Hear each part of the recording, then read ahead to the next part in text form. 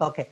It's So, and your voice is very clear. So, shall I start the first poll, sir? Depend whenever you want.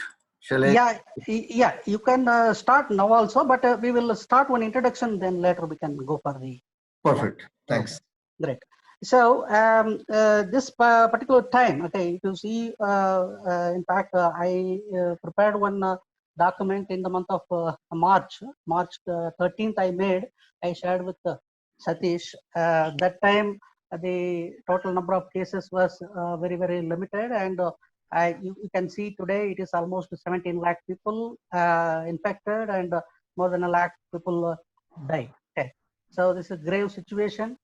And at this moment, I don't want to discuss more about the COVID or Corona or any of those terminology. Our primary focus today is how to handle the continuity scenario in pandemic situation. Okay. That's what our primary aspect.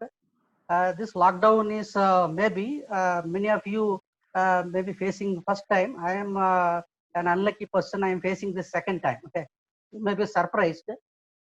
In the year 1994, I was in Baroda. Okay, there was an outbreak like this in Surat, and subsequently around 10 days I stayed similarly in a house, and then I was going to the factory and coming back.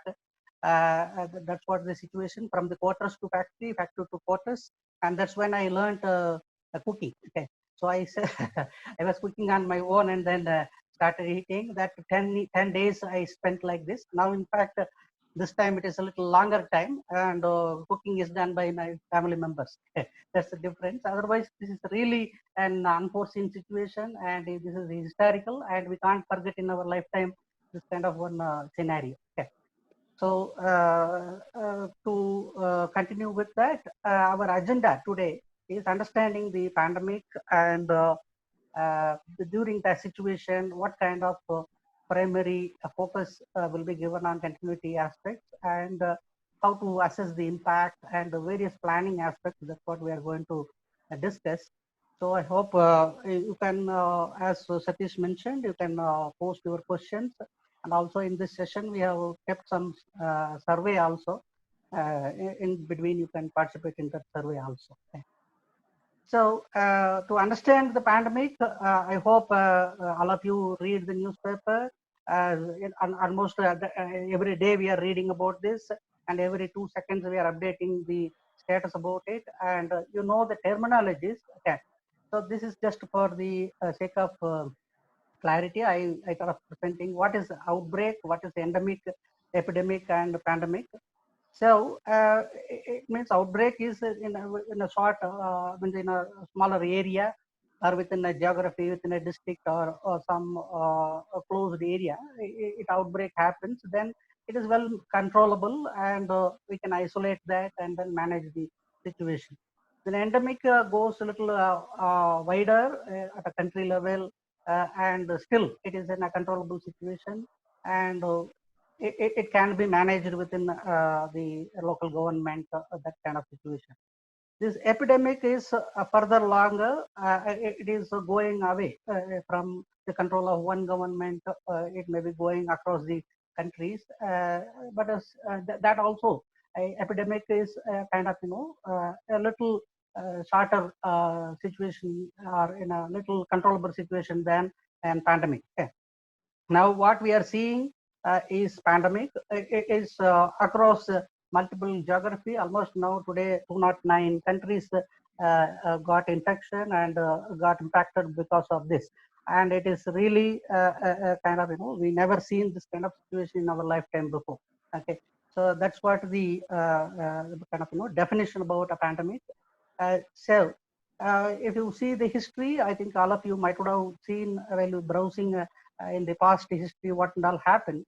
Okay, though this slide you can notice it is taken on April 3rd. So it is only 58,000 people, okay, got infected. Okay, today if you see it is much bigger number, and if you see the history, there are in almost 8th century, 9th century before itself, this kind of pandemics have happened, and it killed a lot amount of people. But what is the biggest difference now? Okay, in the past 30 years period, our model, okay, the globalization model is really impacting everybody's life in terms of kind of dependency and overall lifestyle. A lot of visibility is there. Okay, and moreover, we are all not isolated by kind of within 1 hour, 2 hour, we can reach to any destination, and the commuting of people, the lifestyle of the people, it gives much more vulnerability to get this kind of infection very quickly, and the spread model also much more vulnerable. Okay, so this I think you can see, though the numbers are very less, but the ultimate thing we don't know when it will end and what will be the figure. Maybe at the end it may be a bigger kind of bigger figure than currently what we are seeing. Okay, and the unique characteristics. Okay, so what is the unique characteristics of pandemic impact that we need to really understand, because this is very important for any continuity plan. Okay, what is very specific? Okay, so number one, it's widespread impact. Okay, it is not happening in one place. Okay, it is happening everywhere. Okay, and it is not in one particular area. So now your fallback arrangement, geographical redundancy, and all these things definitely will not work. Okay, so that is one of the unique situation where you can say even city level planning, state level planning, or country level planning, nothing will work. Now we have to plan something out of this planet. Okay, that's the situation that has happened. So that is one unique situation. Okay. Second unique aspect of this is it is not a physical disaster. Means none of your infrastructure getting damaged, everything intact. Only problem is the workforce. The workforce cannot access that, though remotely you can access, but your delivery aspects are much limited. Okay, so that is second important aspect which we need to consider in this pandemic continuity plan. Okay. Third, it is not a sudden happening. It is not a kind of earthquake or a tsunami or some sort of a bomb blast or nothing like it has happened just within a second or within a very short time. It is well known. Okay, it means in fact the current scenario started in the month of December, and all of us well aware that it is happening. Okay? But it has slowly approached. Okay, it has not happened in one day. Even this lockdown announcement also, it is an expected situation. Okay, so it is not a sudden event. It is not a disaster where unforeseen situation or unexpected situation it has attacked. So you do not have a preparedness issue. Okay, so it is very you can prepare yourself. Okay, that's another unique aspect of this pandemic situation. Okay. Then the fourth important aspect is the primary aspect is staffing. Okay, it means the workforce, human workforce. That is what very important aspect. So at any point of time, the people not available. So now people not available, you can have succession planning and various other planning in case if it is a kind of smaller impact on a small group of people. Okay. Now, if you see the situation across the geography and there is no fallback arrangement, you can't rely upon anything. Whatever the available workforce, and that workforce also you don't know how much workforce will be available. It is unpredictable. Okay. So that is one another unique characteristic of this particular pandemic scenario. Okay. So these four are very important thing which you have to consider when you are doing the pandemic related risk assessment and impact assessment. Okay. So to come to our subject, okay, what we need to consider here. Okay. When we are planning, I think all of you know these parameters, and this is a kind of these parameters are discussed both in CISA and as well as the CISM. So you all know. Okay. So here, important point what we need to consider is what is this disaster scenario?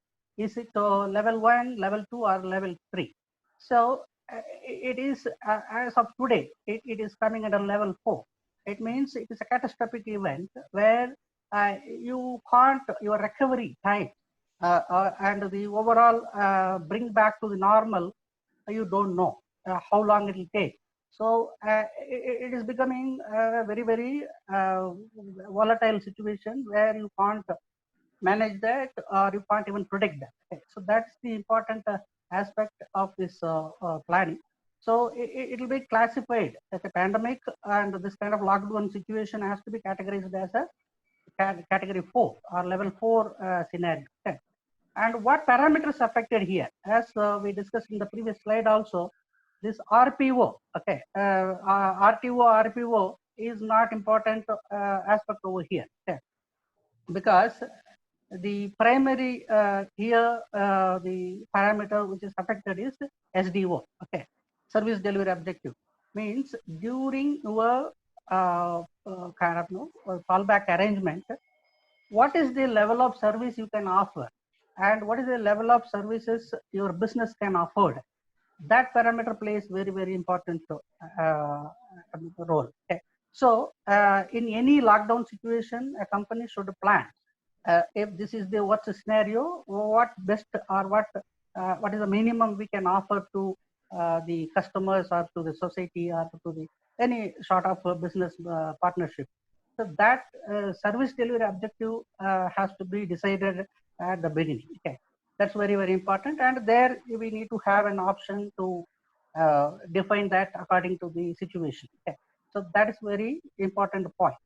The second important aspect is MTO, what we call it as maximum tolerable outage.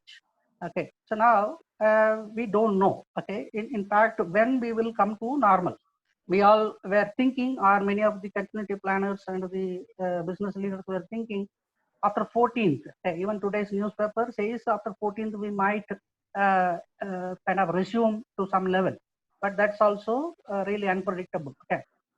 So if you see this diagram, at any point of time, if once the service goes down from the lockdown period, what is the step 1, step 2, step 3? When we will come back to 100% resumption? That planning and what is the duration? Will it be 1 month or will it be 2 months or will it be 3 months? We don't know. Okay. So this another important aspect, and it defines the sustainability of the business and overall appetite of the business, how long it can. And many of the MSME business, MSME sector are really in trouble in terms of a cash flow problem. Okay. And there are various aspects which we need to consider that I will discuss in the risk assessment section. Okay.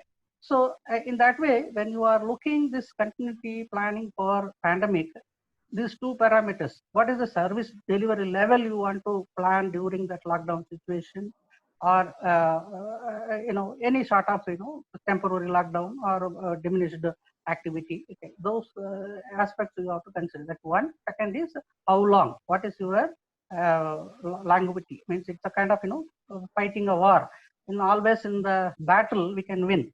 In a war it is a longer duration. How long your economy and how long your financial situation, how much ammunition, arms you are having, and how much manpower you are having, that matters in the war. Similarly, here also, how long you can go. That is another important aspect which we need to consider. Okay, these are some important points which we need to consider. Okay. And another important aspect, you all know what is the real problem of this current situation. Okay. It is asymptomatic. Okay, asymptomatic means, so it is even today you might have heard in Korea, the people who were discharged for already they got recovered and they are again getting the infection, and they don't have any clue. Okay, so in such way the asymptomatic situation is one of the really really big threat to our human because the entire world is worried or panicked because I don't know, our lifestyle totally will be how it will be in the future. Okay, So that is one. Okay. So when it is asymptomatic, your outbreak situation or further resurgence, you can't estimate. Okay.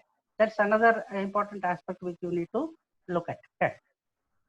So in terms of pandemic containment, okay, there are two kind of intervention is possible.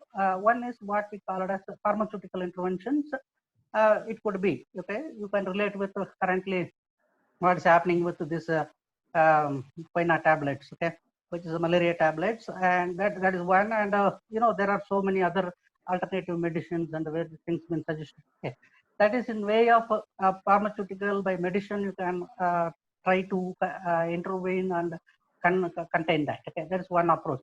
Second is you don't have any other tool except you have to do the isolation and social distancing and the lockdown, this kind of situation. Okay, so these two are options in front of you. Okay, so these two options, what we are looking is primarily non-pharmaceutical intervention area. That's where that how the political government and various regulatory bodies are taking the decision, that will definitely impact our business.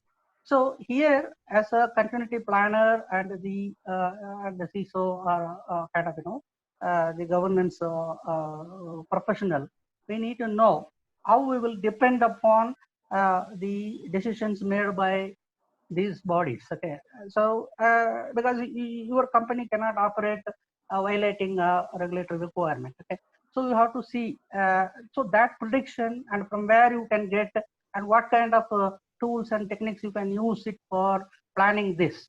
Okay, that's also one important aspect which you need to consider in this situation. Okay, so if you see these are some aspects which I thought of presenting in the non-pharmaceutical interventions is goes based upon the capability and the overall characteristics of the virus. Okay, so if you see that first slide, first picture, the diagram, it becomes asymptomatic, and how long it is carried by a person, and then when it becomes infectious, and if it is infectious, then to from the point of infection to coming out, either by way of recovery or death. Okay, how long it takes. Okay, you could have seen that now. I mean, all of you regularly we see the news. We don't see that basically how long from the point of admission into the hospital when they are coming out. If you see on average, it takes 30 days to 40 days. Okay, there are people who went in the month of March 8th or 9th. I think there were some cases that they discharged yesterday. Okay, so how long and when you can say that they are completely cured and coming out. Okay, so this duration we need to see. Why we need to see this? After looking all these parameters, okay, how this virus is behaving, or from the point of infection to cure and the overall residing factor of that virus, that makes a important point to government to take a decision how long the lockdown, how long the separation should go. Okay, another aspect, if you see in the non-pharmaceutical interventions, you can see the behavior. Okay, so unlike SARS and Ebola or any other situation, the spread, okay, the spread, how it is happening. There are so many news coming that on the on the surface it is there for this much time, and even you go to a supermarket by through the AC, you can get infected. So it all, it's whether it is a scientifically proven thing or not, that how it is spreading, that makes another one point or another one parameter for making that decision, how to establish that the social distancing model. Okay, then you all might have heard this R0, which is reproduction number, that I think as per the WHO presentation, it was comparing to SARS and this, that was 1.5 and this is 2.6, like that they were presenting. Yeah. So that number again, one of the parameter. Then the third thing is social behavior. Yeah. Social behavior, you all might have seen. Means the reason there are so many reasons being told how the people each other behave, handshaking or hugging, or the general phenomena of their day-to-day lifestyle, where they go to the large parties and events. So this lifestyle, okay, social behavior. If you see in India, whether other area, means of the gathering, festival gathering and other things are there or not, now you can see visibly people are more going in terms of, I don't want to get into the real issues, but I'm telling the poverty, the situation where the earning pattern is very different from the other regions, European regions and other Southeast Asian regions. India is more having a population depending on their day-to-day earnings. Okay. Such people managing such people becomes one of the big issue, and those people are uncontrollable despite they are aware about this consequences. They are uncontrollable. They are gathering in markets and other their day-to-day earning wherever it comes, they are continuing that. So this behavior also a parameter which is considered in the non-pharmaceutical intervention. Okay. So these things also you have to consider. Why we need to worry about this? As a business leader, part of business continuity planning leader, we need to know what will be the consequences in our country, the geography where we are living, where our operations are there, how kind of a social distancing model and how long the duration will be there. That we need to have an idea. Otherwise, you can't advise to the management that what kind of preparedness should be there in this situation. Okay. So that's one important aspect I thought of giving to you. Okay. So this, I think that there are a lot of papers surrounding to this. You can probably browse through this. Okay. So before you, I just want to run the poll. Yeah, please.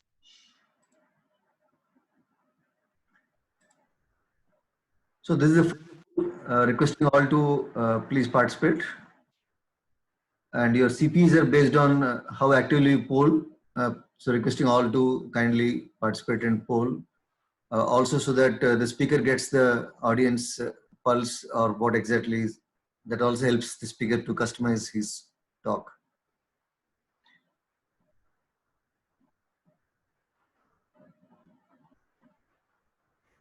So the polling is going on. We'll just give a few more seconds. 60% voted. Requesting all to kindly participate.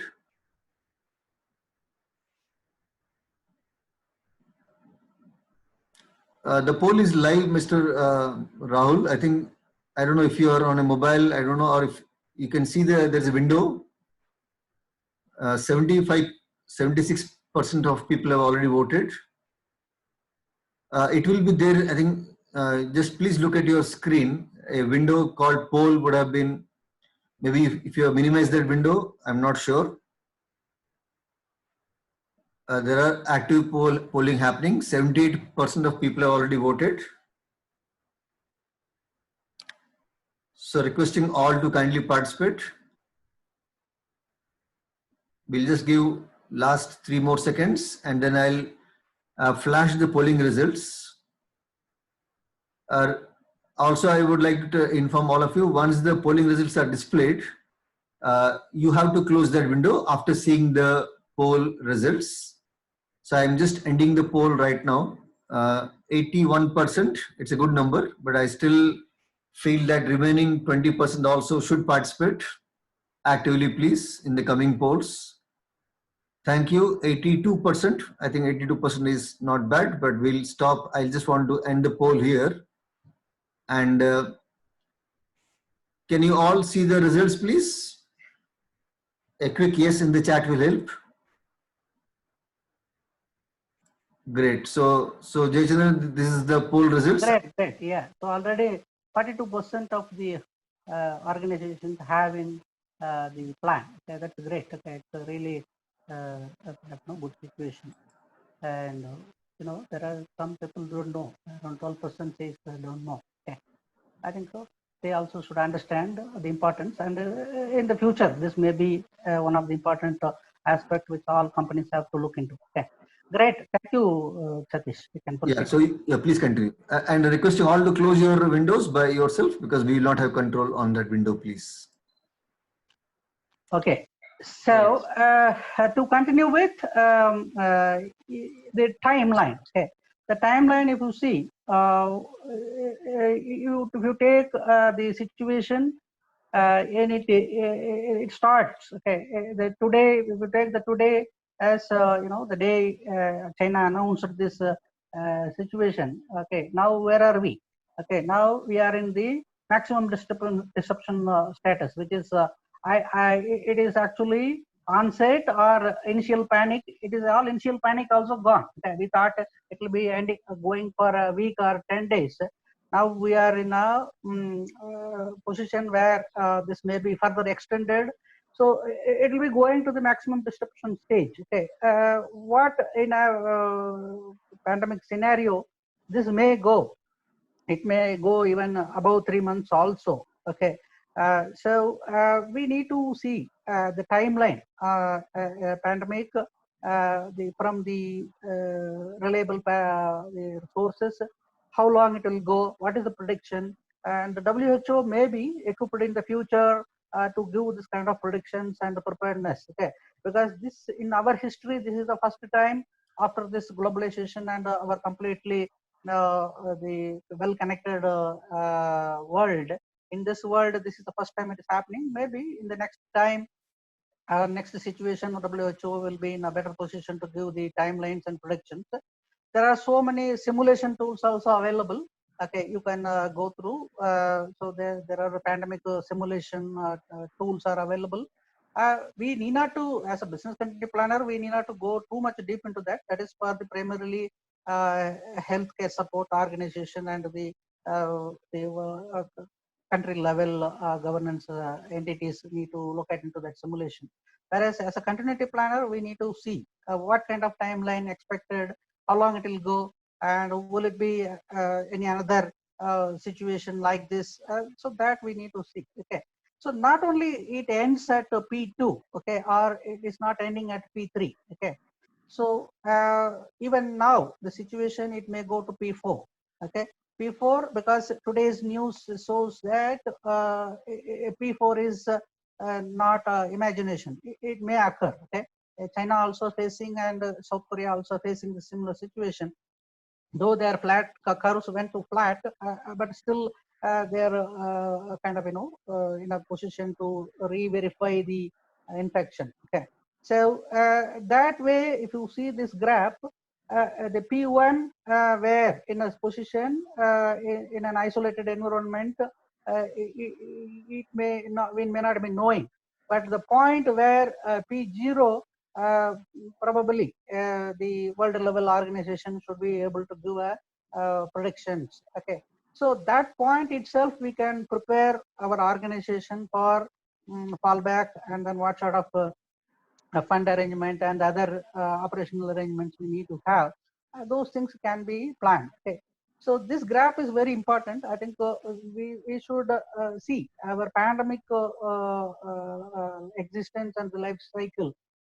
You see, this will be the situation where it starts at kind of pandemic alert level, and it may even, if it is we are lucky, it may the prolonged recovery may happen, or maximum at a very short period recovery is possible. Okay. Resurgences and all, it is possible, but we don't know. Okay, resurgence, that situation maybe you can say the probability, less probability, that kind of a situation you can have. Okay. This also very important to consider. Okay, we need to have this graph prepared for any pandemic situation, and we should give a prediction to our management that this could be happening with the reliable sources. This is what the plan. I'm talking about the large organization, because this all may not be really a matter for a very small organization. But I'm telling, for large organization, people working more than 10,000, 5,000 people, there definitely this kind of planning is very much needed. Yeah. Okay.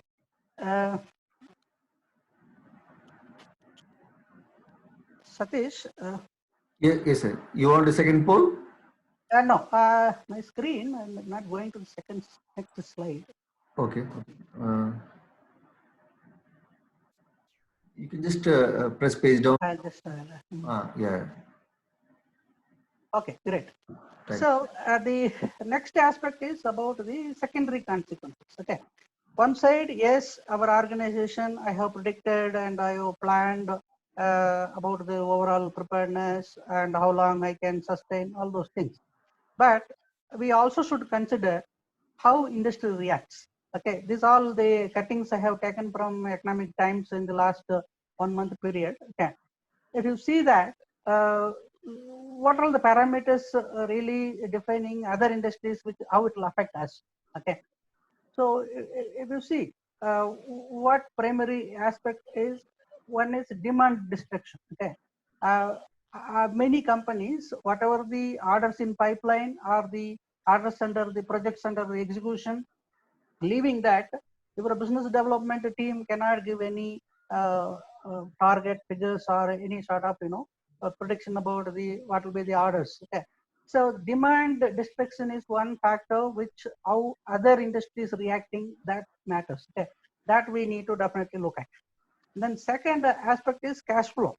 Cash flow, all your debtors will pay in time, that you can't expect. Okay, you may be settling to creditors, but your debtors, whether they will pay or it may go as a bad debt, we don't know.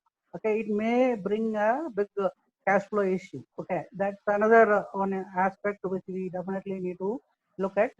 And you see, Economic Times predicts that this all could be the area. And larger solvency issue, there may be the companies may go bankrupt. There are possibilities. We will hear that maybe after 2 months, may not be now. Okay. Then even our fund also within the company also, even if you budget it for 3 months, complete wages and salary you can pay. Beyond that, it may be kind of how to bring them fund inside.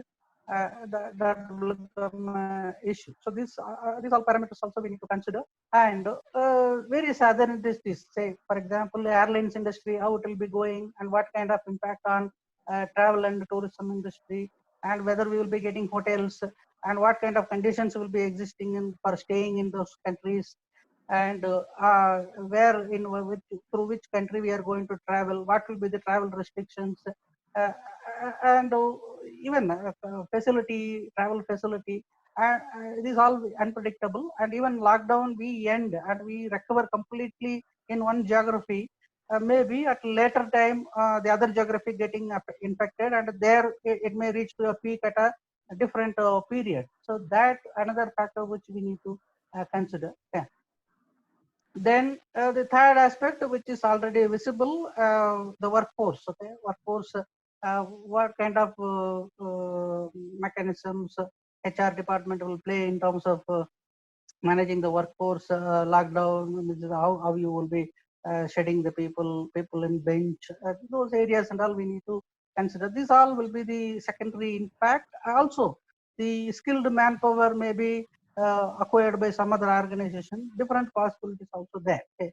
So we need to not only planning from the point of pure viral infection or some sort of pandemic related aspect, which is only on the infection and recovery point. We have to see how industry peers will behave and what will be the outcome in that. That also will be an important aspect which we need to consider in the impact assessment. Okay. So this point, I think there are a lot of data coming in. You can see daily in various sources what is the future figure in terms of overall, overall GDP and other figures and all coming. I think we can do that planning accordingly, and this will be a transparent discussion between the management and the continuity planning team. Okay. That will be that. Okay. Yes, Satish, if you want, you can give one more survey. Okay. Yeah, sure.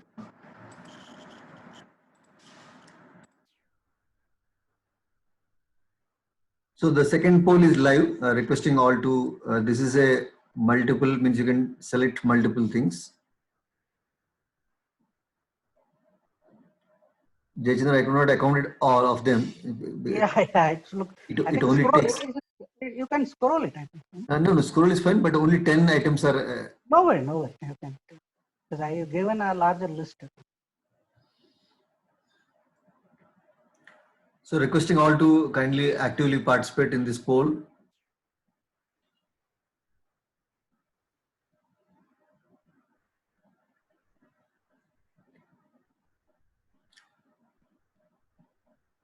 It is live. It's already available, Rahul. I think again you have to check your window or screen, or maybe it's hiding in.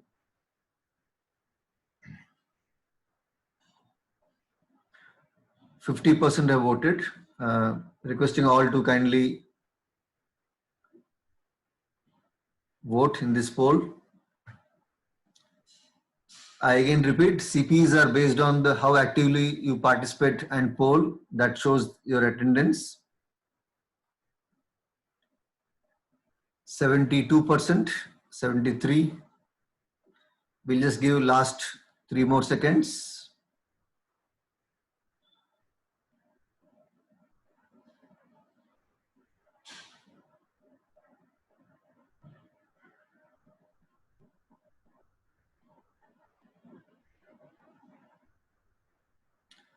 Okay, so 85%, that's a good number, I believe. 83, 84, yeah. Okay, I'll end the poll now. Anyone just quickly, last minute? I think few are having difficulty in the browser. They're unable to see the poll window, I believe, but so the poll is displayed on your screen. I think few are finding difficult, but yes, it is already live. Many have already voted. That's fine. In mobile, sometimes you may find it a little difficult, but I think it pops separately. That's what, maybe if your pop-ups are blocked, probably you cannot see that window. Okay, so I'm ending the poll. And so, Jayachandran, these are the results. I hope you can see the results. Okay. So remote working arrangement. Okay, it's really interesting. Okay. Most significant challenges, is it? Okay.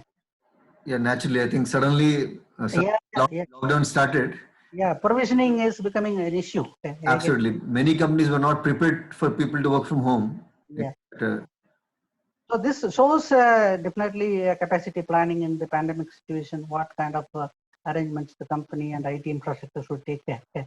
Though we are having all sort of cloud and other arrangements, still endpoint devices and internet connectivity becomes an issue. Okay.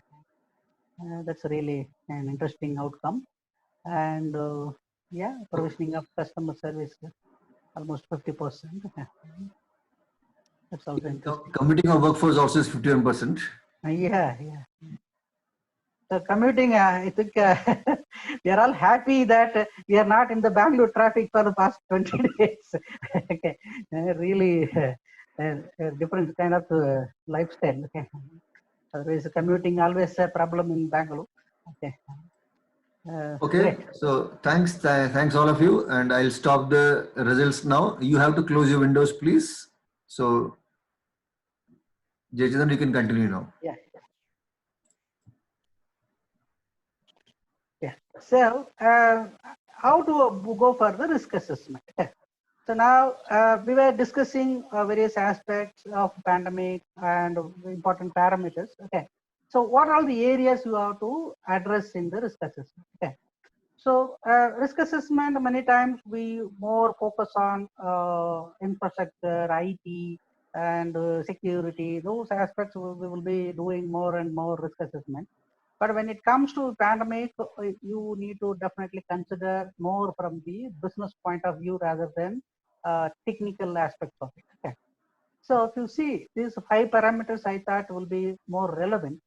Number one, okay, what is your revenue stream? Okay, everybody as a business continuity planner, you need to more focus on the business model. Okay, what will be your revenue stream? What rate of you see, you might be so surprised that there are many industries their demand has got a big surge. Okay, and all of you know Amazon and all exploiting this situation, and DMart also being valued as his stock values gone up. Okay.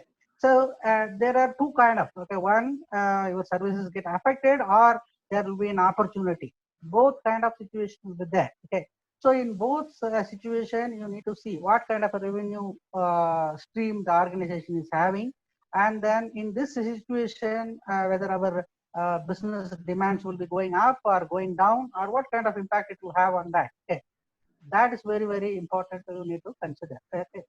The second important aspect is dependency. Okay, in your service delivery, we need to see whether it is a service organization or a trading or production organization, manufacturing organization.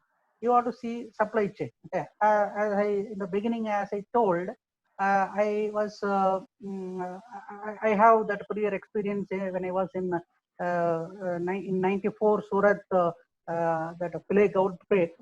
That time 10 days. Okay? I was in a cement industry. I was heading the IT there. That time we couldn't get the people in the warehouse. Okay, loading people are not available, and the stock piling started. Manufacturing still running, but the delivery we couldn't able to meet, and communication with the various partners who, because in manufacturing sector your supply chain primarily depending on your truck and other transportation facility. Okay. So the truck drivers were not available, trucks were not coming for dispatch. This all some sort of problem which I faced in that 10 days of time. Okay. Not only that, the warehouse staffs who were trained in the billing aspects, those billing people also were not available. And finally, you all know during those times, we used to have a department called EDP department. So from the EDP department, we deployed the people in invoicing section and the billing and other stock accounting section. Well, we deployed our people for operating the software. So such scenarios may arise. Okay, so it means your supply chain, who you depend upon.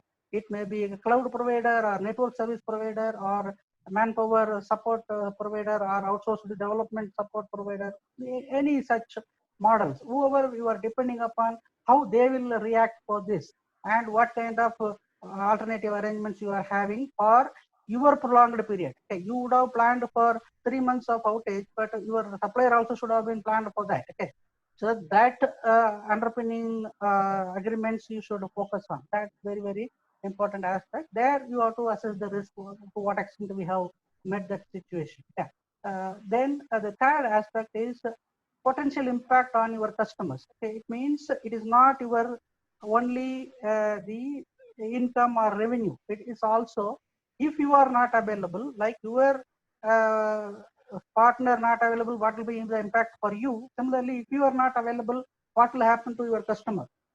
That you have to assess, and then you should intimate them. Okay, intimate them that in this situation, this will be the impact. You please see other alternative, because he has to plan his alternative model. Okay, so that way, what will be the your non-availability? It will cost to your customer. That is the third important area where you need to focus on risk assessment. Okay. Then fourth is employees. Okay, today this scenario, what we are currently now, employees are a big problem. Okay, we don't know. Okay, how many of them will be able to travel, and how many will be willing to travel. Okay, even you can see that the IAS officers also not interested in traveling or handling the situation. Okay. In that way, our workforce after this resumption, to what extent our workforce will turn out, and then how many people will come and how many people will be willing to commute and operate, or they are worried more about their safety and health issues. Those aspects you need to definitely plan, and you have to give some sort of buffer over there. How much percentage of people come back, you will be able to sustain. That risk assessment is another area we need to focus. Okay. Then the fifth area is delegation. Okay. You could have seen, okay, I want to just relate. Now British Prime Minister is not available. Uh, that situation can happen to any corporate. Okay. Uh, Whether who will be driving, okay, in such cases, who will be driving the organization, who will be the decision maker. There are plenty of examples may come in the maybe in the forthcoming days. So the driving people may not be available. In such case, what is the plan B? If the delegation is not done correctly, then we will come to a standstill. Okay, so that scenario also you have to do a risk assessment. Okay. So these 5 aspects, which I thought will be very relevant for pandemic related risk assessment. There may be many other aspects, maybe you based on your experience you can add that, but I felt in my overall previous experience, this is what very means the top aspects which we need to consider in the risk assessment. So next is about the focus on actions. Okay, so now in terms of the life cycle of handling this pandemic, the plan activation and putting the right people and monitoring. Okay, this becomes very important, because we can't see too much bookish. Okay, because there are many riot situations and civil unrest situations, flood situations. These all we have seen, but in most of those cases, we never seen this kind of one widespread impact. Okay, so this plan we should focus on realistic aspect and then more on actions. Okay, so it should be focused on actions. So who should do your run book and playbook and all should be very clear. Then only it will be working. Okay. So that's another aspect which you have to consider when you are doing the pandemic related the management, the management model what you are having. Okay. Then the next important area in while executing this is continuous update to the workforce.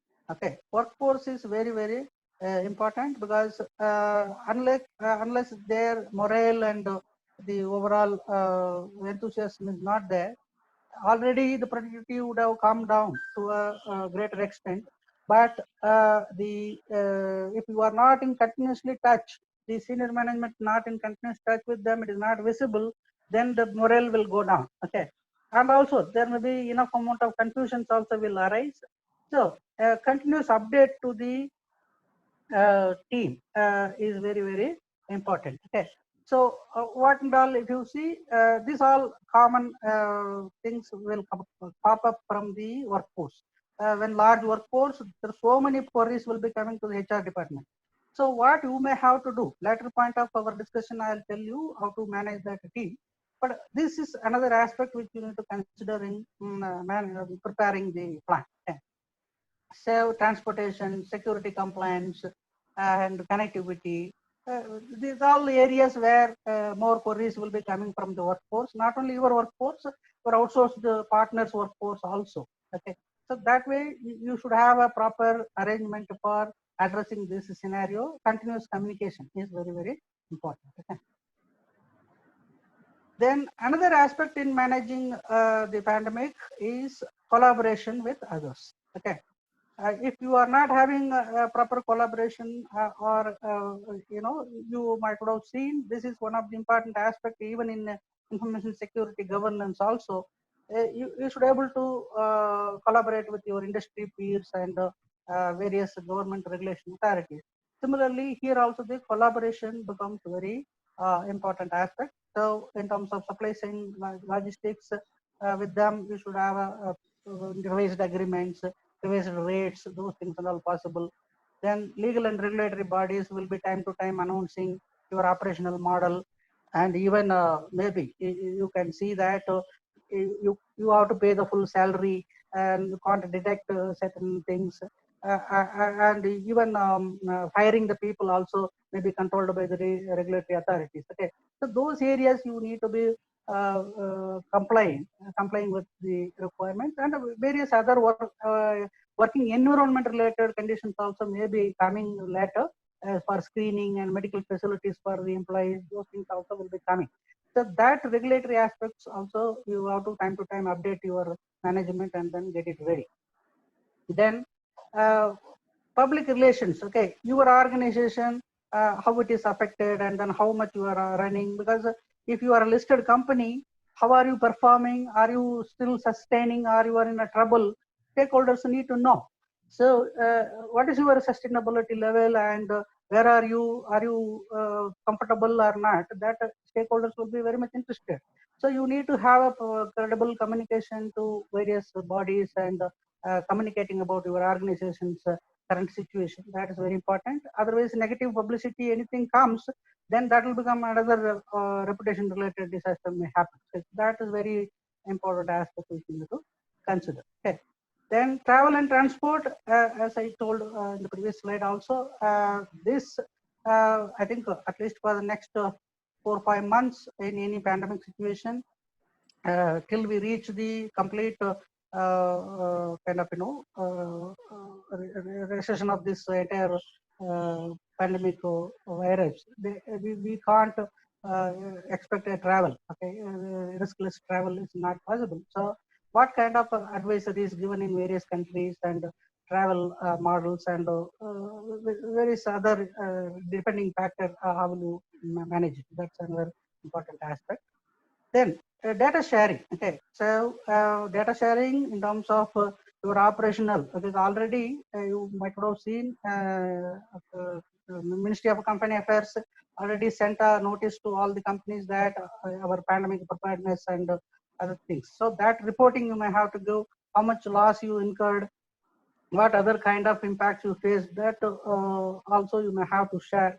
And not only that, your health of your people, your what is your other absenteeism, other details also maybe government will be asking. Okay.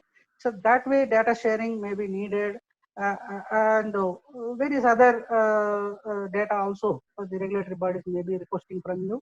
You may have to be ready with those aspects. Okay.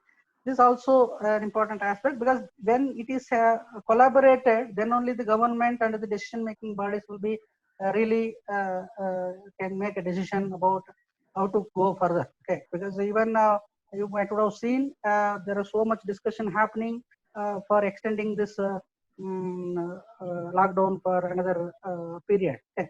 So industry has to react to how much they are performing, which industry has to come out. That way collaboration in this situation also very important. Okay. So this is what I thought of sharing in terms of overall management model. Okay, what all it has to focus. Okay, pandemic business continuity management. So now I am getting into the actions. Okay, what are all the preparedness aspects you have to consider? Okay, it ranges a very big checklist. I took it from various pandemic plans, and then I have consolidated. I have categorized that into 10 different areas. I have given subsection into that. Okay, probably you can, if you like, you can take this as a checklist for your own organization, and you can include that into your pandemic planning also. Okay. So the number one. Okay. Here, Satish, would you like to give another survey? Yes, yes.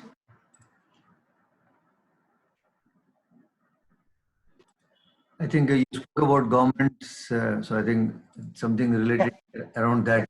Yeah, please. The next poll, what kind of relief, I think. Yeah, so this poll is live now, requesting all to kindly vote.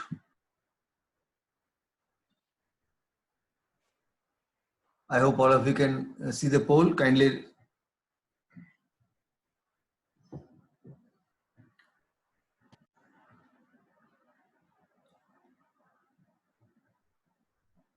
I think you need to find in a different window. And I hope the previous poll results window you have closed so that there is a new window which would have popped out. Poll 3, I already see 50% people have already voted, close to 50.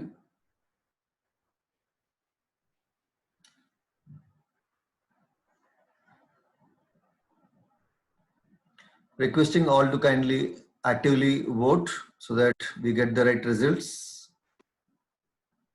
And also we would like to see that all participants are actively listening to the session. I'm sure the session is going great, but still we would like to see that all of you are actively and attentively listening to the session. So 80% people have voted, requesting the remaining people also to kindly vote. I know few may have technical difficulties, but otherwise most of you who can see the poll window, requesting all to poll. Let's give 5 more seconds. Jayachandran, there are plenty of questions. You would like to take it at the end or whenever? Yeah, we will take it at the end. Okay. Fine. Yeah, I agree. A lot of points you would have. Points. Okay, so I'll end the polling now. 83% has already voted. So, or maybe last 2 more seconds. Anyone still voting? All right, it's a very interesting poll. So I'm sharing the results. Yeah, the results are out, Jayachandran. Okay, I think the result shows more entrepreneurs are there in the participation. Wage support, wage subsidy package for employers. It is not misunderstood, no? Or maybe people expecting their salaries to come on time. So okay. So the second area is about the regulatory filings. It looks, I think, more in the entrepreneurship. Okay. And the people who is so MSME loans, okay, and registration tax filings. Okay. Yes, I think many of these things government already considered, but it comes with a lot of fine prints about the any relaxation. As such, I don't want to comment or bring any political aspects in this, but the government and the all bodies should really understand the situation, and then they have to help all of us, including me. Okay, thanks very much, Satish. Okay. yeah, so I'm stopping the results. So you may also close your windows, please. Yeah, you can continue. Okay, so the 10 important planning aspects, okay, I thought of presenting now. The first point, okay, there are 10 points. The first point is get organized, okay. So it is like any your previous information security governance or service management aspect. The primary aspect is a team, okay. You have to put a person who is responsible for governing this entire drive. Okay. So you have to appoint, he may be your CISO or a separate business continuity team. In fact, I have seen in my client list, many of them appointed a separate manager rather than the CISO, or they may be reporting to CISO also, or CISO is at a same level. Okay, that way they have created some organization structure. So I've been interacting with in the past 20 days all large organization where I work with, and in fact I'm trying to get their practices also. Maybe in the next presentation how we came back, we can see. Hopefully we are ending this all in the month of April. Probably we can plan something in May or June, one more session. Okay. So the thing is, pandemic manager, you need to appoint a leader, a driving person, and a team. Okay, so it could be current team, or you can formulate a new team, okay, with enough amount of expertise, okay, in handling this situation and various fine aspects of this pandemic related issues. So the known workforce, you can put them into this list. So first one is a pandemic manager, then identifying the team members, and then formulate a team, and probably the numbers in labor and emergency management aspects that you can find out. Okay. Then prepare to monitor the situation, because unless you put a proper dashboard, you need to have a parameters which need to be monitored. Okay. So that parameters you have to give it to this team, and they should be continuously monitoring those parameters, which if it is deviating, then we can judge that how well we are performing. Okay. So that parameters also you need to give, and proper monitoring situation you have to give. Then plan development, entire risk assessment, business impact assessment, and plan preparation should be given to this team, so that they own it and they will drive this. Okay. So the points covered in this all 10 topics that the pandemic manager has to understand, and then he has to plan and address all those aspects, and then plan should be under their control. Then only the driving will be very easy, and it should not be confused with any other planning, and it can coexist with other planning, and we have to see the interface between other plans and this. So that's very important aspect. This is for the get organized. That's the first aspect. Okay. Second thing is, in the 2 slides before, I told 5 important areas to focus on risk. So this same team has to make a complete risk assessment in terms of because the situation. So where we started, in fact, you can say our organizations, some of my clients already started in the month of February itself. Okay, February itself, many companies started preparing, and impact and all they have started. Okay. Some of them only started after March 21st only. Okay. So the risk assessment depends upon how international aspects, how they are reacting, how your customer is reacting, and various other entities, how they are reacting. Based upon that, you can do a further risk inputs, take the further risk inputs, and then you can update it. Yeah. So the important thing is meet the local government or the public health department.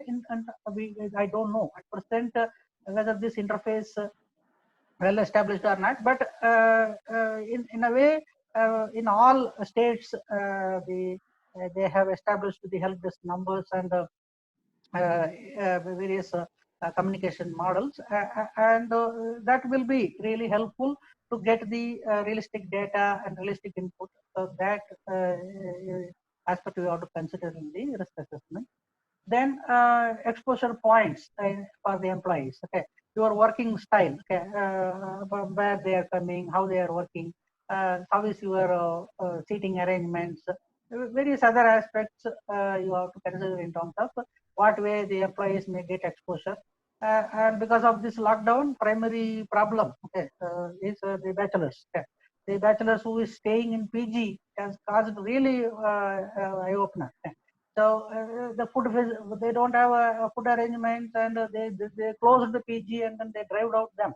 I don't know how far you will be able to get back the employees when it is resumed. Okay. So these aspects you have to do a risk assessment, and then if you have multiple facilities, you want to consolidate and then put it in one facility, which facility more capable to meet the requirements, that you can choose. And in many companies, you all might be knowing now, own premises is not there.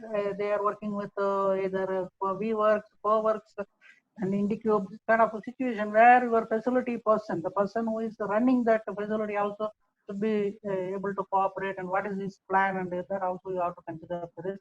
And then whether you have a proper SLAs with them, those risk assessment you have to do. Okay. Then essential community services. Okay. So this may be looking a little different. We are depending upon various community services, right from the electricity and other water supply, and healthcare facilities, even many government provided services we are depending upon. This not only in the company environment, it is also in the employees living environment also. Okay, so those interruptions happens, the turnout of employee may be much reduced, or there may be different kind of consequential aspect will be there. Okay, so those things also you have to consider when you are doing the risk assessment. Okay, so your risk register, though it is made based upon some assumptions, those assumptions has to be revalidated after starting this situation. You have to revalidate it and then update the risk register and then keep those risk register with the appropriate mitigation plan. So that is the second area which you have to focus, and you need to have a definitely a detailed risk register for this, okay, to address the various aspects of this. Okay.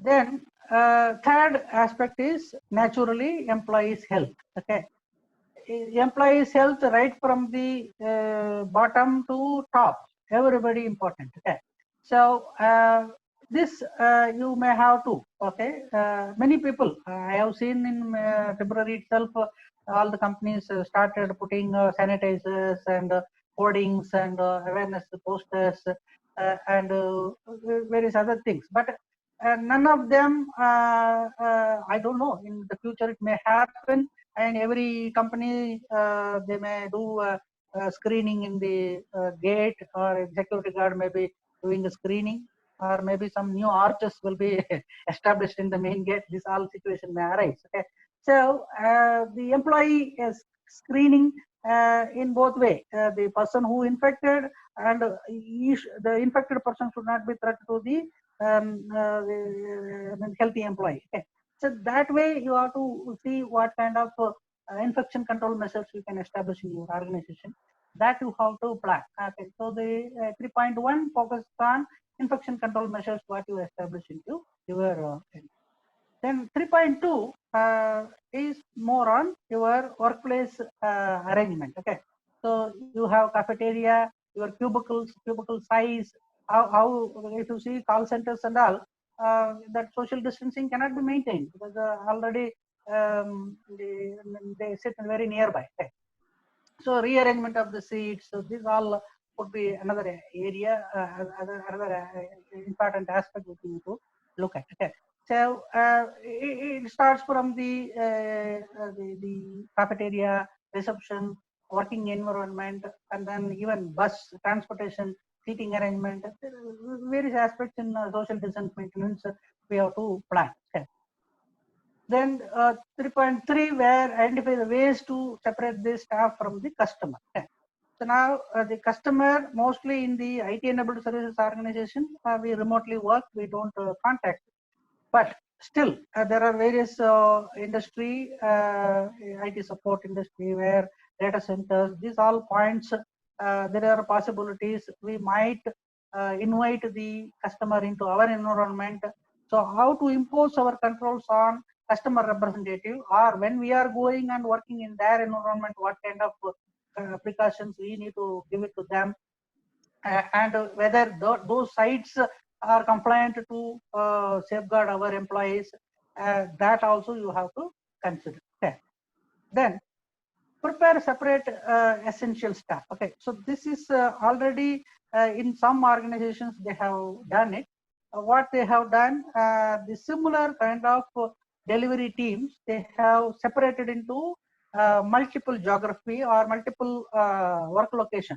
So what they have done, in one project, some 40 members are there.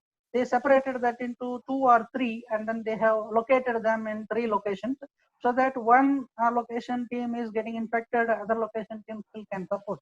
Such kind of arrangements also they have made. Okay. And then even the food supply for the employees within the organization when they are working there, including whatever the supplies currently given by the organization, that has to be seen who all the people providing, because caterers also will be coming into the screening requirement, and whether the caterers how they will be working, and the people who is providing the coffee, tea, these all people also to see. Okay. Then the next important point, which I am this my own idea, probably like background verification, vaccination verification maybe one of the scheme will come. Okay, I am predicting this. Okay. So we may need to include vaccination as one of the requirement, and vaccination history also may be maintained by the HR. Okay. So that kind of situation also you have to see in case if we are getting this corona vaccination, probably how many what percentage of the people vaccinated, those things has to be done. Okay. In fact, when I went to Africa and all, the yellow fever vaccination is a must for immigration itself. Okay. Well, that way, this vaccination may become a future requirement, and the HR has to definitely consider this has to be yeah, included into the employee preparedness, employee qualification criteria. Okay. So that's another point which we need to look at in the employee health point of view. Okay. Then policies, okay, because policies will have a great impact. Okay, right from work from home model and leave policy, leave encashment policy.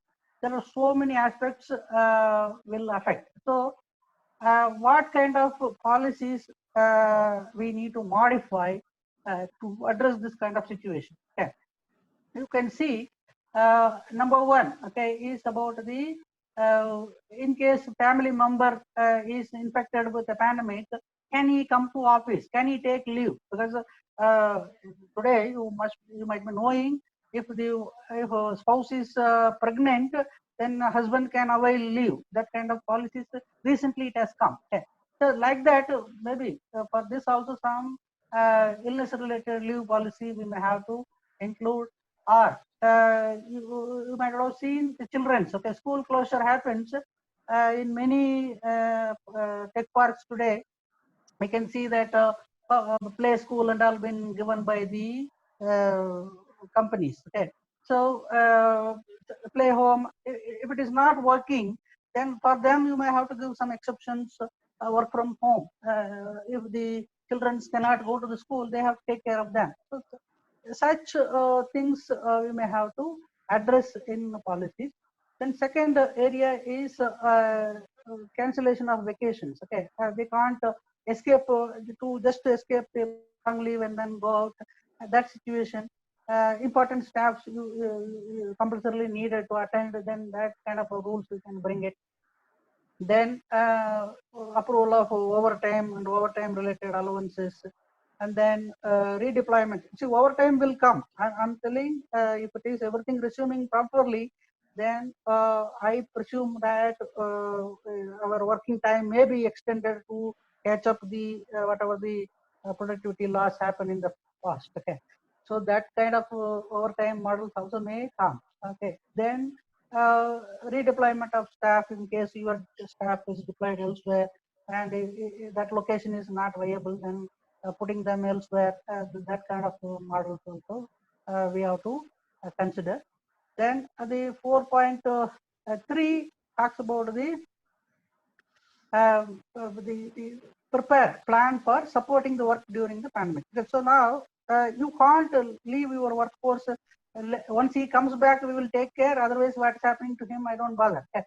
Like that, you can't. Okay. So you have to be in constant touch with them and how is his health, whether he needs any transportation or any other fund assistance, any other aspects. Okay, so because that's when the employee-employer relationship will be going well.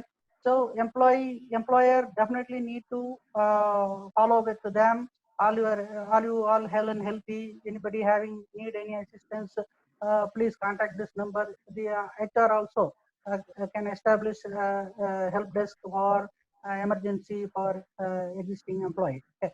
So such plans also you have to make, and related policies you have to develop. Okay. So these all what primarily for the employee policies in terms of one side is health of employee and how to protect him. Second is what is recognized policies in the organization in terms of the pandemic situation. You have to address that because your existing employee handbook or the employee code of ethics, whatever the book you are having, you may have to amend that with to address this kind of situation. Okay, that's another aspect which you need to address. Okay, so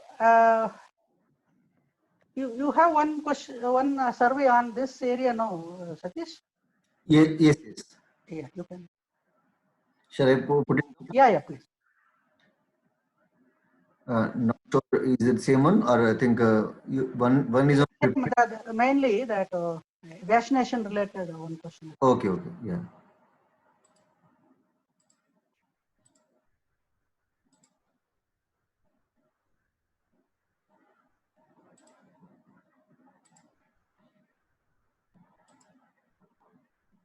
Yeah, is this one?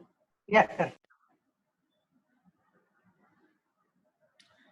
Yeah, the poll is on. Requesting all to kindly vote, please. I'm very happy to see 350 people live and all live. So 350 people are live, Jayachandran. Great. Thank you. That's a very good number. And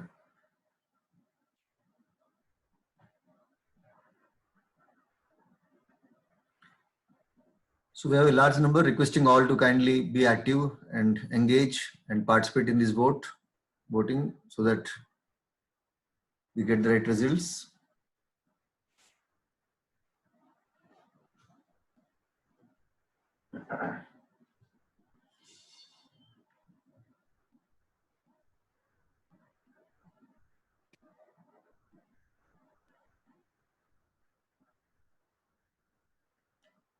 Requesting all to kindly vote, please.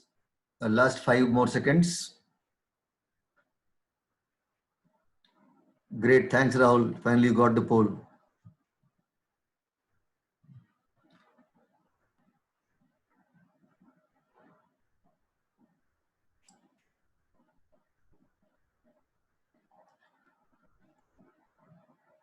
Okay, so we'll just close the poll. Last 2 seconds, please. 85% people have voted this, so I think that's a good number.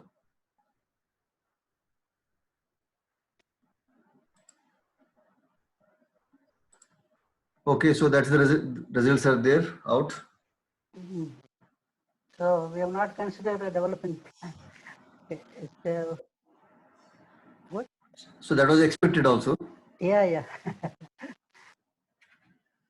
Good input. Yeah.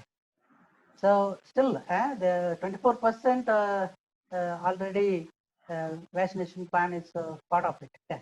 That's great to know. Okay. Organizations are considering that. Most of the call centers and all, they may have this in place. Correct.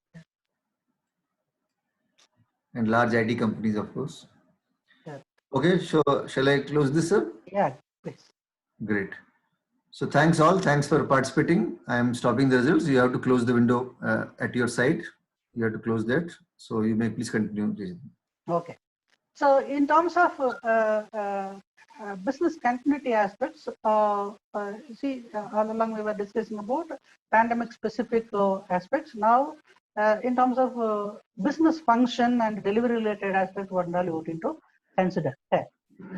Number one, as I mentioned in the overall governance model, the value stream, okay, your organization's value stream, and that you need to understand what are the critical business function that you need to identify, and where we need to focus, which one we can live without it, which one you need to have definitely that you should have a proper list.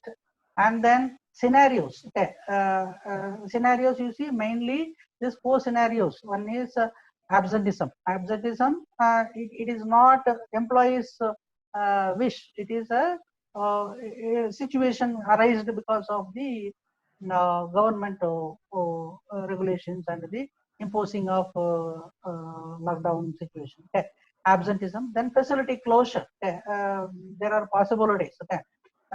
Due to some reasons, okay, 1 or 2 people got identified as infected, or that region, or that you can see, for example, Whitefield or Balandur area, some sort of infection is there, and then Balandur area is closed. Then that facility may or may not be available for you. Okay, you can't even go enter into that area. That is expected. I think post 14th there may be a situation where area specific lockdowns may happen. That situation when it arises, then your facility may be there, but you can't reach to that. Okay, you have to see what kind of other alternatives you have to think. Okay. Then travel restrictions into those areas, or interruption of supplies. Okay, interruption of supplies. As of today, we are okay going on in the past 20 days. In fact, personally, I have not seen any major problem in any supplies, but it may happen because of this prolonged stoppage. Demand for many products may happen.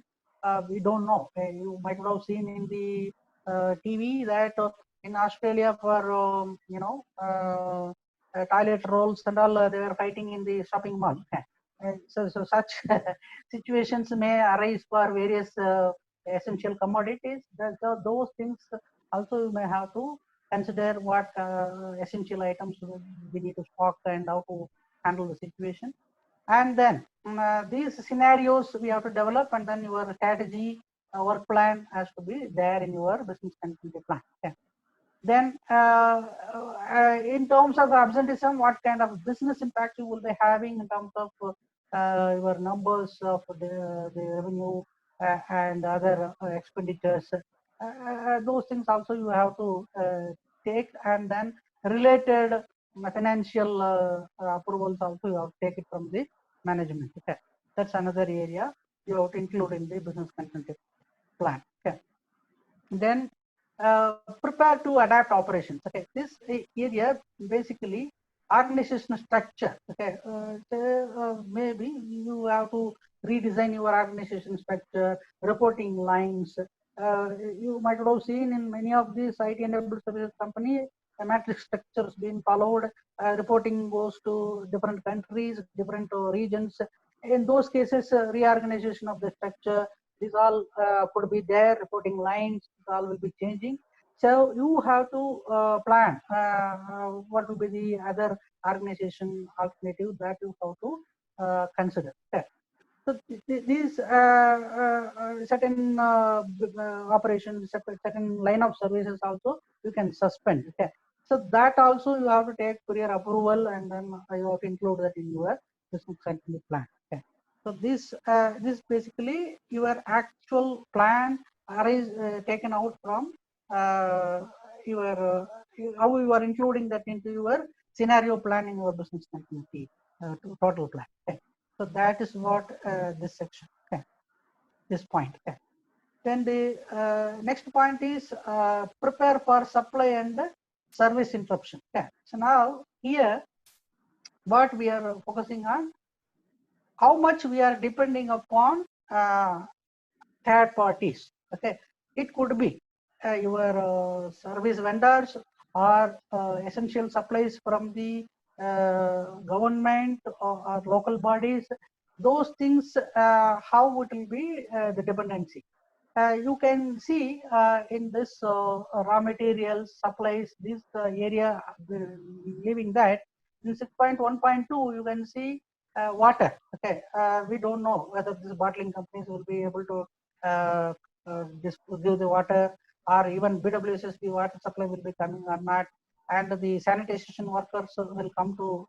As of now, in all our streets, they are coming and cleaning. That is going on, but we don't know whether in the tech park environment and all, or your large manufacturing estates and all, whether that cleaning work, the trucks and all will be coming or not. That is what. Then electrical power, okay, power and telecommunication facility also may be diminishing, or you can see that a big surge in work from home requirement. This BSNL, I think many areas BSNL and all not running with proper capacity, and even other Hathway kind of act or any telecommunication service providers also in demand. Okay, so those facilities also may or may not be available in the fullest demand. Okay, so those things also you have to consider in the dependency of services. Okay. Then 6.2 stockpile and critical resources. Okay, So stockpile probably happening in terms of raw material also, and similarly the materials. Okay. You might have seen even sanitizers not available. Okay, there are various disinfection sprays are not available. So this situation may continue. So what kind of supplies? And even I don't know when the caterers also will be available or not. Okay. Those things also how to consider in the certain situation. Alternative suppliers you can arrange. Now itself you can plan overall in the same line. If you are working with only one or two suppliers, you have to now itself qualifying other vendors, vendor evaluation, vendor appointing. You may have to start now itself. Okay, then only when the resumption happening, then you can see that they are ready to provide you these things. Then 6.4, very important point, contingency funds. Okay, contingency fund. I don't know how many companies having this contingency fund been allocated and then kept as in reserve. Who can operate those funds, and then what is the authority for spending? Those things. Those things are not well defined in many of the organizations. We may not be able to 100% depend upon corporate procurement team or finance team for all approval. Maybe if needed, project level, some spending patterns can be allowed, some budgeting can be allowed, funds can be given, and fund access models also can be developed. Okay, so that also needed. And in future, okay, in future, even in the annual budgeting and reserves, the organization have to consider some amount of reserves allocated for this kind of contingency. Okay. So that fund allocation, that itself a big topic. That I think a big strategy has to be built around that. Okay. I think that this one area we might see some sort of problems in the forthcoming months. Okay. Then other area is filling the vacancies. Okay. This is big attrition will become another issue. Okay, it may be people who is in different states, and the floating workforce may not come back. Okay, or God's grace, we don't have that much human life loss, but life loss kind of situations, critical positions have to be refilled with new employees. Those kind of situations may arise. Okay, so identify the critical employees, capabilities, and your skill matrix has to be put, and then your turnaround and how much people may come back, that you have to plan. And if at all a new recruitment drive has to happen, that has to be planned for. And then alternative workers, it can be through your partners also. Sub-service organization can be appointed for outsourcing some essential activities. You can partner with other organization also. Some reciprocal agreements also can be happening. Okay, these chances are there. Okay. Then we have to plan. Okay, how are you going to mitigate, and in that situation, what kind of alternative arrangement you are having, that you have to plan for it. Okay. The plan to support the replacement of the personnel. Okay, so that also training requirements. Okay, so whenever you are bringing a new set of workforce, again with on-job training and hand-holding period, these all are needed.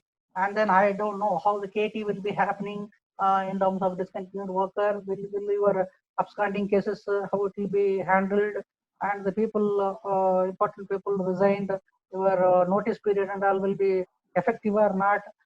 These all have to be considered in deep. And then this is even credentials, you see 7.3.4, there are possibilities. Okay, now I have seen this kind of situation also. Now critical passwords are with important resources. Unfortunately, that resource is no more.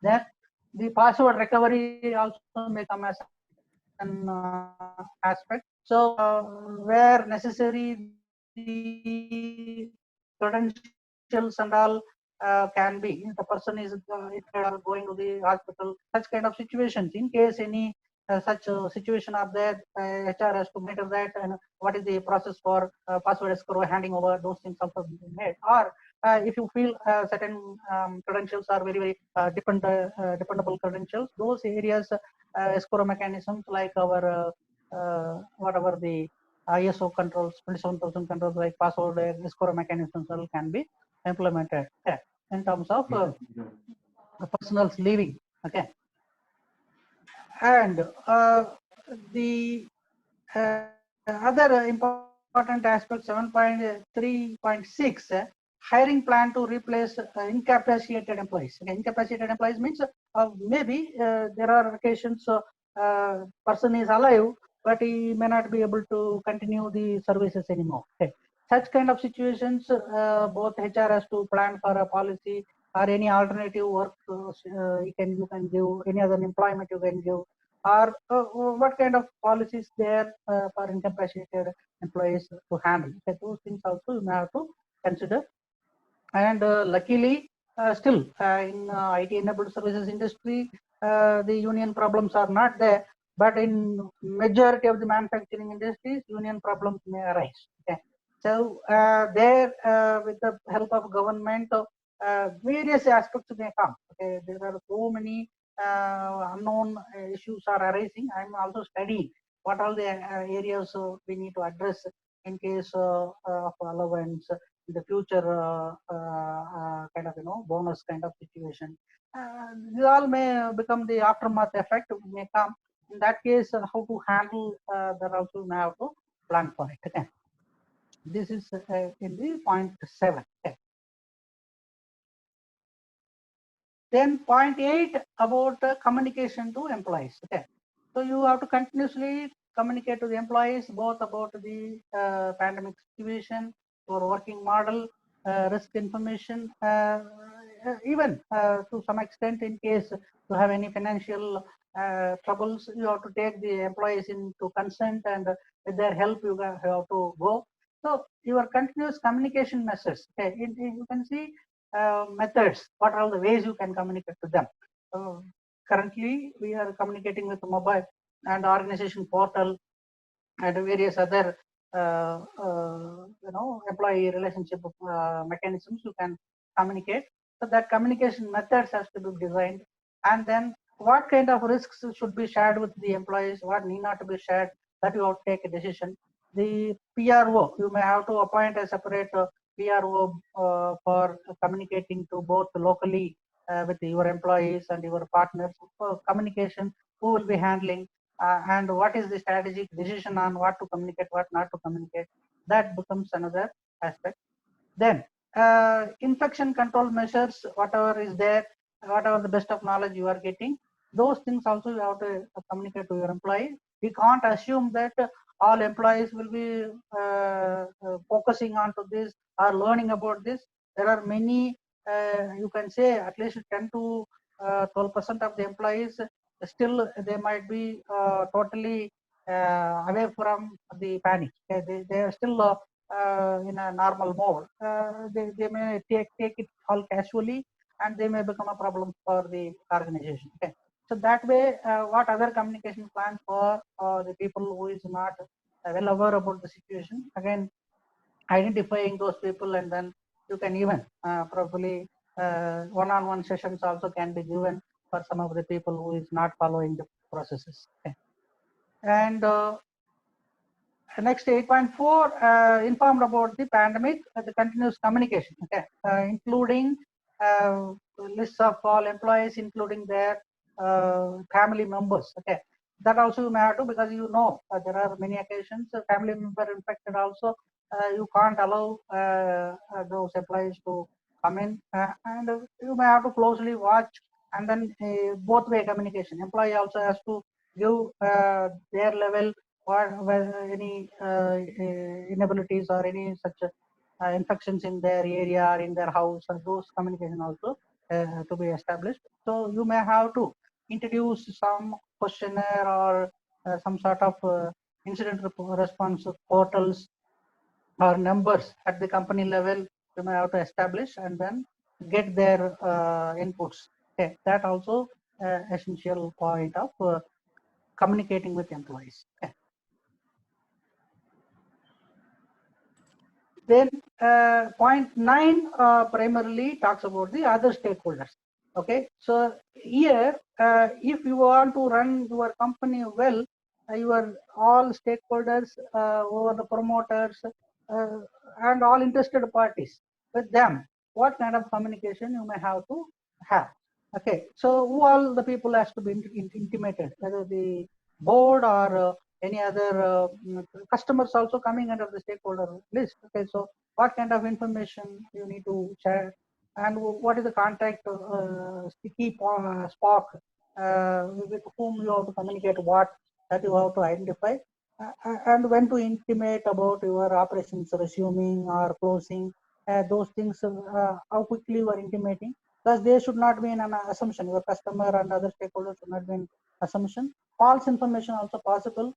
The board will be in a position that we are all right, everything is going well, but they should not get any surprises. Okay, so what you need to update, when to update, what is escalation mechanism for various issues that we need to plan, and that communication route and the evidences of that communication also should be there. Okay, the later point, it should not be a legal issue or any other violation of contractual obligations. So that's the reason a formal communication with the stakeholders is very essential. Otherwise, not intimated, that could be a point for any legal consequences. Yeah. So that way, you have to communicate and confirm the assumptions. Okay, because the many pandemic plan based upon predictions and probability evaluation and then assumption. So those assumptions, if it is going wrong, your communication may or may not be hold good. So that way, any changes in that, time to time you have to update to the stakeholders. Then you have to update about the overall best effort what you have taken within your organization to the board, so that they will be convinced that you are working in the right direction. Okay. Then the plan to keep stakeholders informed during the pandemic. So periodic meetings also needed. We may have to schedule update meetings to the key stakeholders. That meeting plans also can be communicated, and then participation also, and participation inputs also can be recorded. So that way we are not missing the stakeholders from this entire preparedness and the fight against this pandemic. So that's very important. So the informing stakeholders is another important aspect. Then the last area is governance of this plan. Okay, so we have seen most of the aspect which we need to consider in the pandemic plan, but this all have to come to a documented, formalized plan. Okay, more you keep it in individual's brain, and if it is not a well intimated document, then a lot of misconception may happen, miscommunication may happen. So like any other business continuity plan, version control, update, and then communicating the latest decisions, we may have to have a proper documented plan, and then these plans has to be updated time to time. Updates has to be communicated to the relevant people, and then all should have the latest plan in their hand. Okay. Then also you can give point 10.2, you can give this to business managers and senior managers for their inputs, means your assumptions and all. A presentation has to happen. This is, I'm not telling during the pandemic, I'm telling your pandemic plan, whenever it is prepared, this has to be approved and then presented to the various levels of management, and approvals has to be taken and then kept. Then no need to say this. 10.3, and I have seen almost 90% of the organization, they test if they have planned 5 scenarios in a year, most of them test 1 or 2 scenarios only. They never test the plan and then they don't update the outcome. Okay, so that way this plan also can be simulated in various ways and then tested and then kept. Okay, that's another area which we need to look at. Okay. Satish, do we have any survey here now? Yeah, we can put a survey about the preparedness of the Correct. people. We can do that because yeah. So I'm launching that poll. So this is an interesting poll about the preparedness.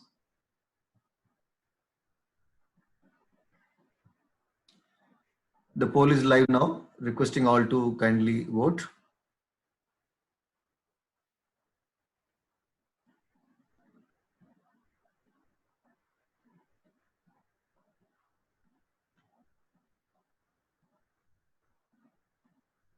I hope all are able to see the poll, and I can see a very active voting happening. Requesting all to vote actively. 75% people have already voted. Requesting others also.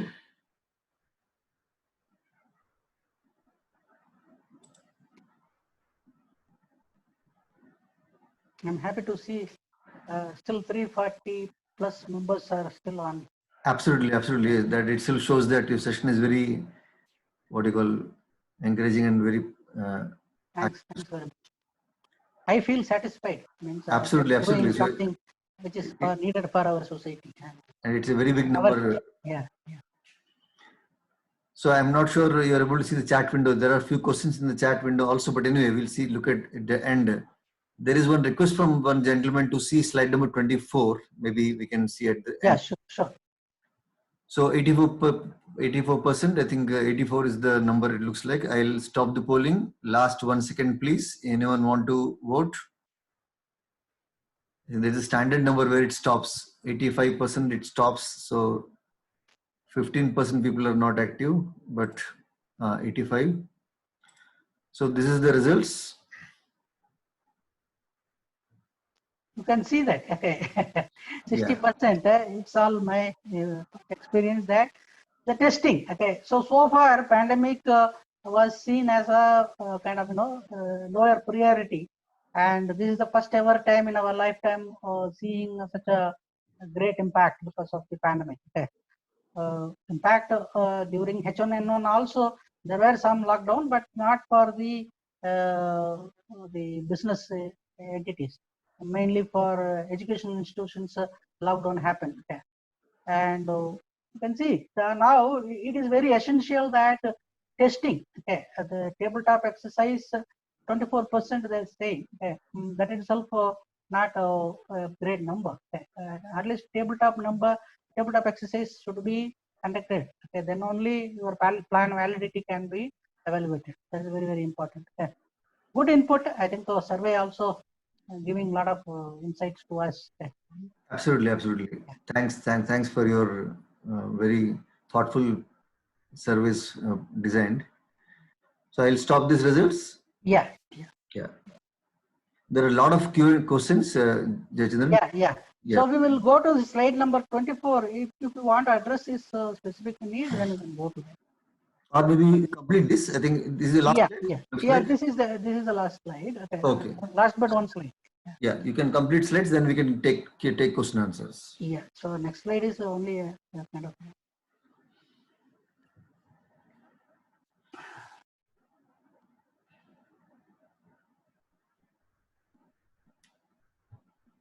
Yeah, you're unable to scroll. Yeah, I can. Yeah. Okay, so I just started putting this. Okay, so what is needed here? What is needed here is, are you are a business continuity planning person or a governance person or a business leader, whatever. Don't give up. Okay, and it is not 130 crore people in this country.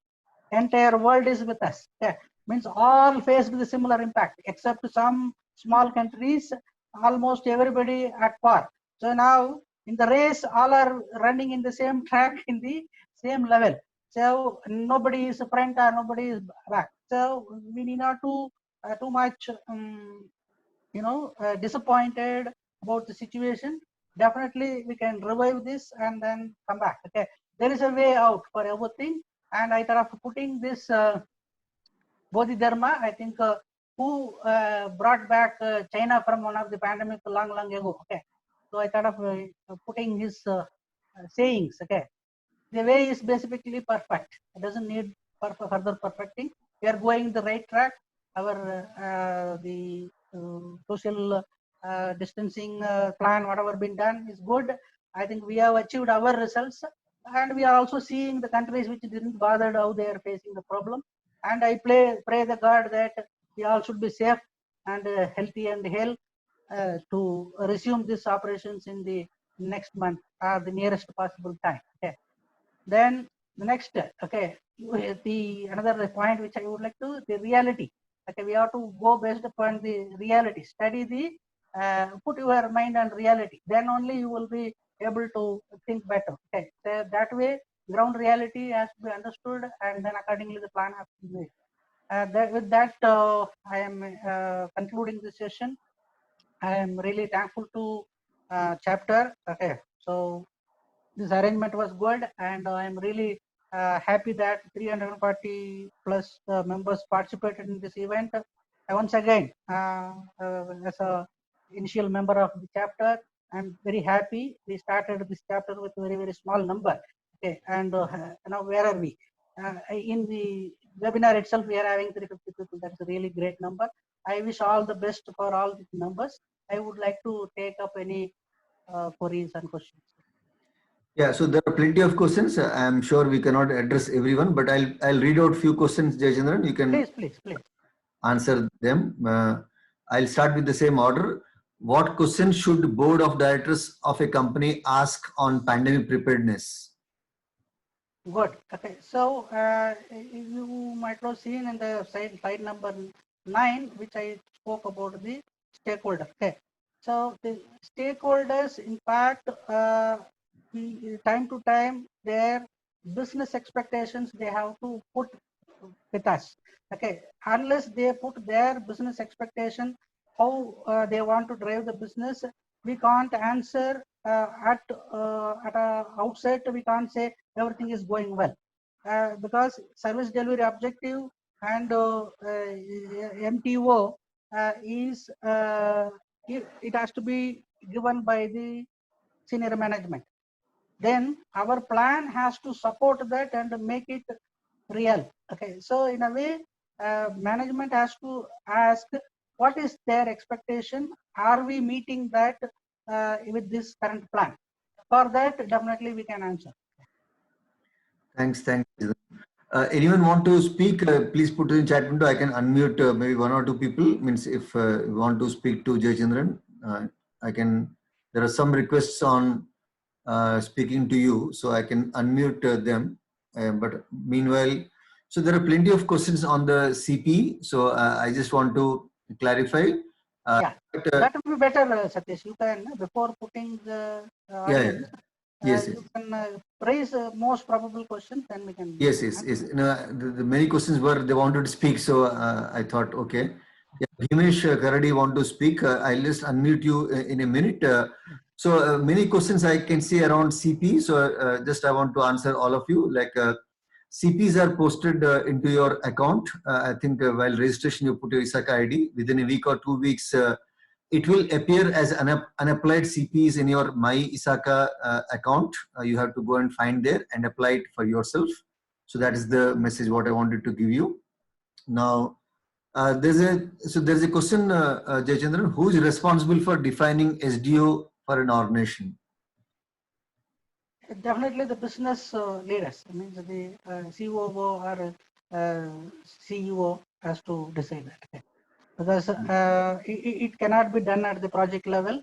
The commitment of the business to business has to be taken call from the CEO or the COO. Thanks, Mr. Bhimesh. I am unmuting you. Means you can now unmute also. You're allowed to speak now. You please unmute your microphone and ask your question. You can or I can unmute you also. Can you speak, Bhimesh, Mr. Bhimesh Karadi? Yeah, yeah, Bhimesh, your microphone is on now. Can you speak, Bhimesh?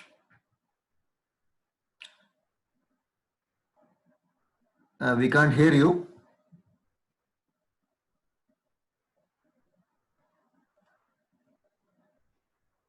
Okay, anyone else want to speak? Just put it in chat window. I can unmute you. I think a lot of thanks note, Jayachandran, in the chat window. I think most Thank you. Most of the notes are super presentation. Thanks. Okay, Uday Krishna, I will unmute you. You can speak 1 minute. Uday Krishna. So Uday, yeah, Uday Krishna, I believe. Yeah. Yes.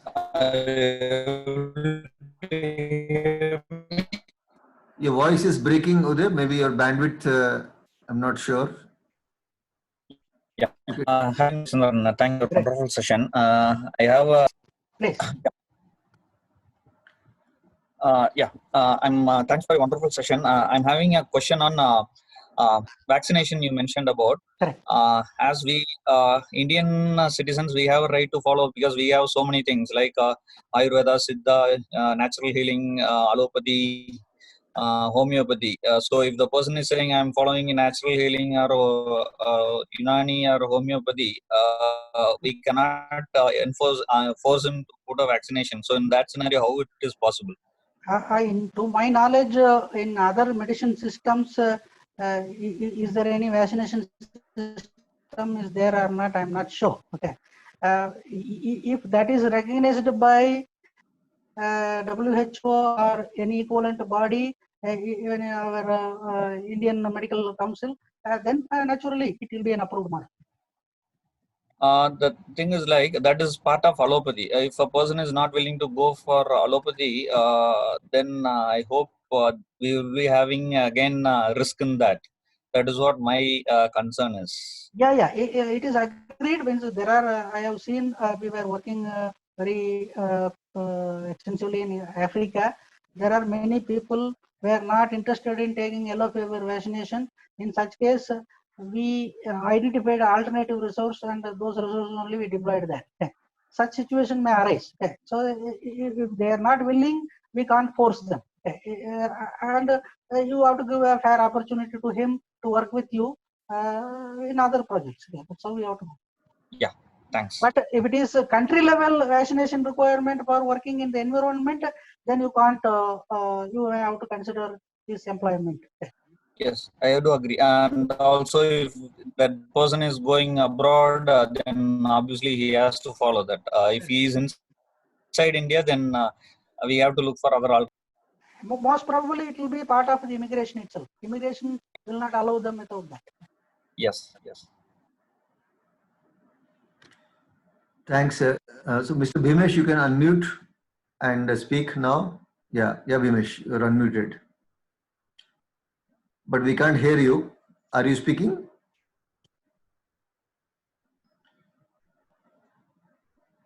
I think, Bhimesh, you have a microphone issue, I believe. We are unable to hear you. So, Jayachandran, in meanwhile, can you please go to slide 24? There is one request, 24. Yeah. By Anirban. Yeah, please. I'm on slide 24. So, is this what Anirban you wanted? Any specific question, you can put it in chat window or we can unmute you also.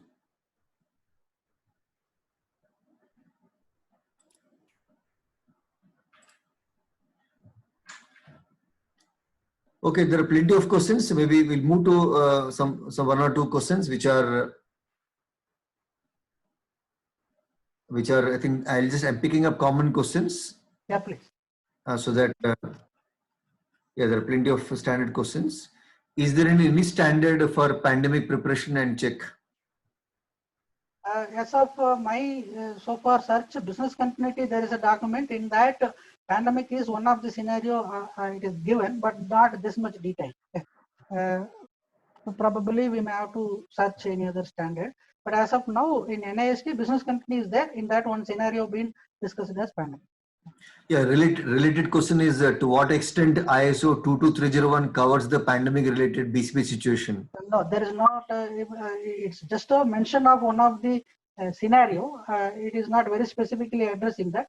And you see, the 22301 and all, it is at a high level governance. Okay, it directs you how to perform the risk assessment, how to do the BIA, and then provisioning of resources, and then testing the plans, and then update. Okay, so it talks about the life cycle of a business continuity plan rather than too specific in going and addressing any scenario.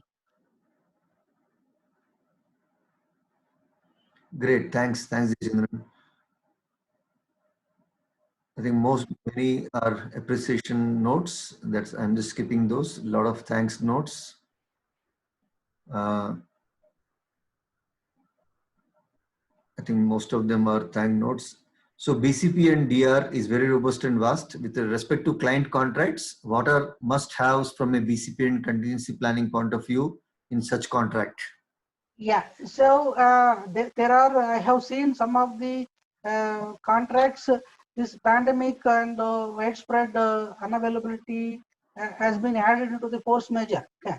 I don't know, henceforth this can be put into the force majeure situation or not.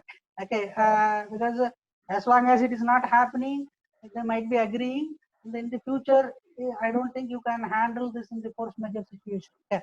That one aspect you may have to see. And also the SDO. SDO is not only your organization's decision, it is also your customer's decision. Okay. So as you have to consider the SLAs are aligned with your pandemic SDO. Okay. So that one area you may have to address. Yeah, thanks Jayachandran for that. So Ram, I think you want to talk. You can unmute and talk now. You're allowed to speak now, Ram. Yeah, Ram, go ahead. JB sir, good evening. Good evening. Good evening. Yeah, just wanted to touch upon this MTO. Yeah. As I understand that it is going to be said by the business. Yeah. Now, MTO is quite interesting as you said correctly, this is the first time the whole world is experiencing this kind of issue, right? Correct. Now, there is no background to it. There is no what you call experience, past experience with organizations in the business. And I'm sure it's going to be quite challenging, right? Correct. And also the kind of, if my organization is having a business in US or UK or etc., it all depends on the kind of situation what's happening in Italy, for example. How do we really, it's going to be a big challenge. Yeah, so now this MTO, as I mentioned at the beginning of the pandemic, unless WHO kind of world level advisories giving a prediction based upon the past history, we can't take it as an authentic input. Okay, so we may have to depend upon WHO or any other organization emerging after this event. With those people, we may have to take it, and then we have to set and advise our senior management. We can consider this as an MTO, and then within that we can plan. I understand. Thank you. Excellent. I think with the interest of time, maybe what we'll do. I think a lot of questions have been answered. I think most of them others are thanks note. If still anyone want to speak, please put in chat window. I can unmute. Otherwise, many other questions. The PPT will be available in the ISACA Bangalore website once the speaker shares, and then the recording will be available in the YouTube channel of ISACA. I think you can just go and find out ISACA Bangalore chapter YouTube channel. The recording will be posted within a day or two, and the CPEs will be posted in your account within a week's time. So I think that's it. With that note, Jayachandran, any closing comments? I think thanks very much. And as usual, now current wishes are always stay safe. Okay. Absolutely. Yeah. Yes. Good luck. Okay. So on behalf of the whole ISACA Bangalore chapter, in fact, the committee, Jayachandran, we are very thankful to you for a great session. I think, as you said rightly, So even now there are 300 people still live. So that itself shows that the interest for the topic. And thank you very much. It was a very, in fact, likely topic. So there are something around some points around Zoom meetings also. We understand. So that's where we're using the Zoom webinar platform, which is much more here. It's very tightly controlled by the host itself. That's it. So with that note, so thank you all. Stay safe, stay secure, and stay healthy. And anything you want to convey? Anything else?